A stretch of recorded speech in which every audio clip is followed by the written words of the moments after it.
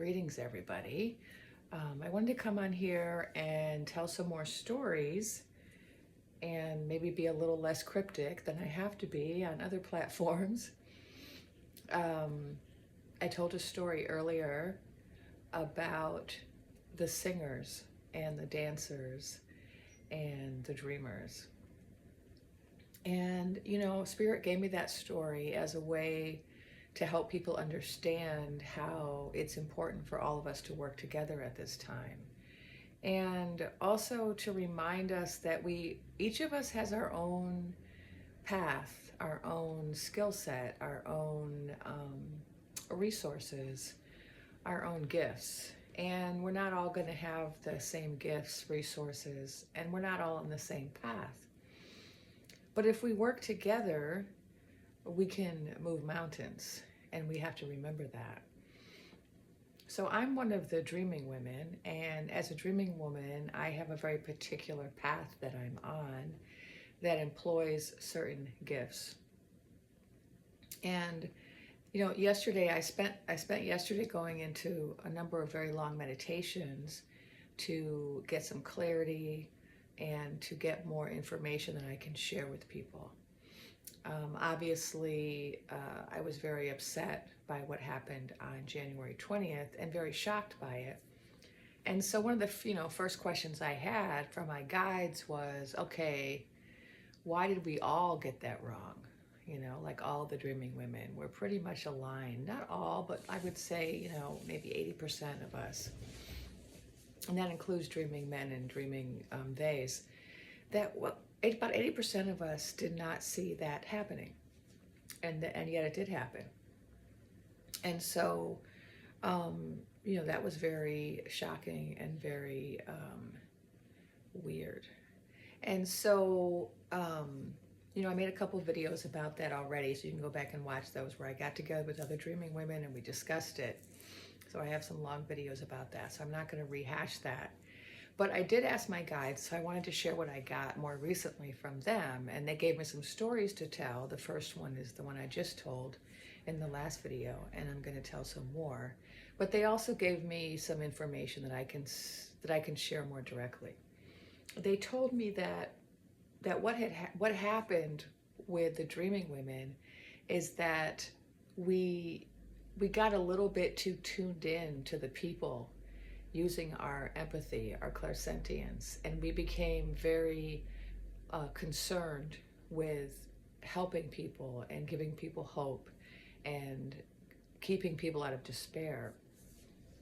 And I was told very clearly that was my job when I started posting in November, and so I didn't see that as a problem. But they said, well, it became a problem when we got to a certain point where we were unwilling to share bad news, and we were unwilling to say things that might be upsetting to people. And when they told me that, I could see how I did that. I know that there was information I was given that I did not share because I thought it was too upsetting. And there were some contradictions that I was aware of that I didn't share because, again, I thought it would be, it would get in the way of the hope that people had and the excitement people had. And let's be honest, I also was exhausted, and I found it difficult to imagine having to continue this work at this pace, at this level, beyond January 30th. And so honestly, I couldn't even entertain the possibility of having to keep fighting after that day. It was a really long 10 weeks. It was an exhausting 10 weeks of every single day trying to get messages, going online, posting, reading all the comments, and listening to other dreaming women, connecting with them offline. It was a rather all-consuming task, and I felt good about doing it because I felt clear that I was meant to do it. But I also was really tired. And I just saw 444 when I said that. It's like, yeah. I had this sense of completion, and I think a lot of us did, like, oh, we're complete, it's ending, we're done, we did our job, we completed our job, and now everybody can move into the future, you know? And so I think that was, you know, influencing me too. I can't speak for the others. But my guide said, yeah, you were really focused on not upsetting people. And I admit I got caught up in the excitement and the optimism around that being the final victory was that day.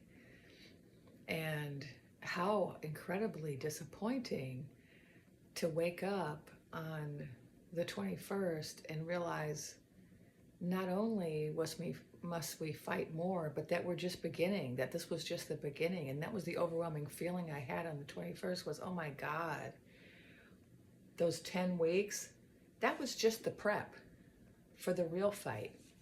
And, really? And so my guides wanted me to share that. And then they told me a story, another story that they wanted me to share. So first, the story I already shared. I hope that people understand what that story was about.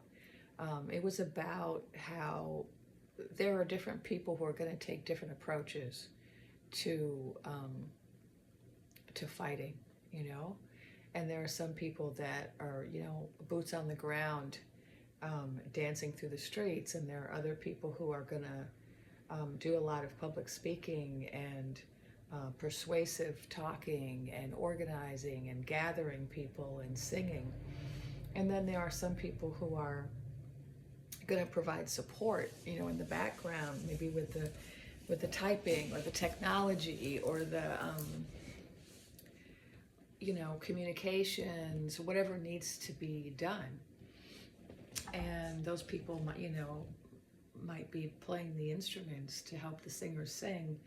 And that in all of this work that's done by all of these different people in all of these different ways, when they all work together, then they're successful. And my role is as a dreaming woman, and the role of the dreaming women is somewhat specific, as it was explained to me. And we're all different, right? Some of the dreaming women are men, and some of the dreaming women are theys, and some of the dreaming women are old, and some are young, and some of us are, you know, brown or white or pink or yellow or chartreuse, I don't know, purple. We're all different. We have different cultural backgrounds. We have different approaches. We have different class backgrounds and understandings, and yet we are all dreaming women. And as such, we have all been called at this special moment in time to take up a particular role that's to be of service to the collective in a particular way. And I was told that there's a few different ways that we are helping.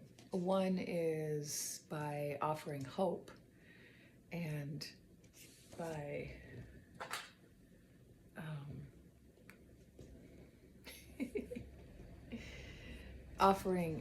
helping people to unify.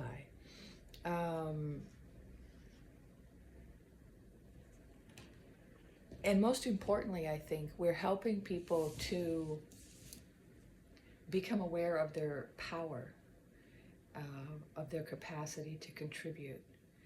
And we're also helping people to become aware of their gifts and to encourage people to develop those gifts, for the time is now. And we have a very particular purpose that we're going to be focusing on as dreaming women in Dreaming Women Spaces.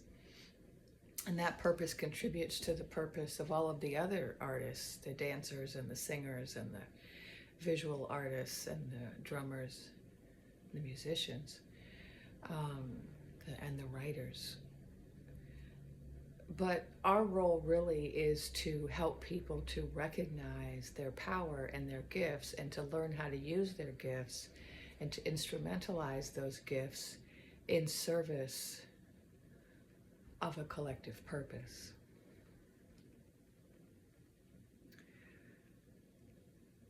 You know, I came here to help people activate, to remind people of who they really are. And I do this through my storytelling, and I do it through my writing and my speaking, and I do it through my healing work.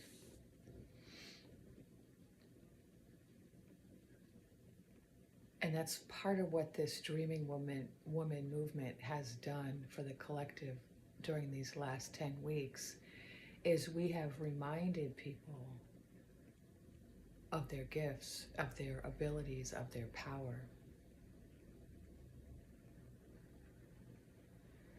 And that's what we're going to continue to do.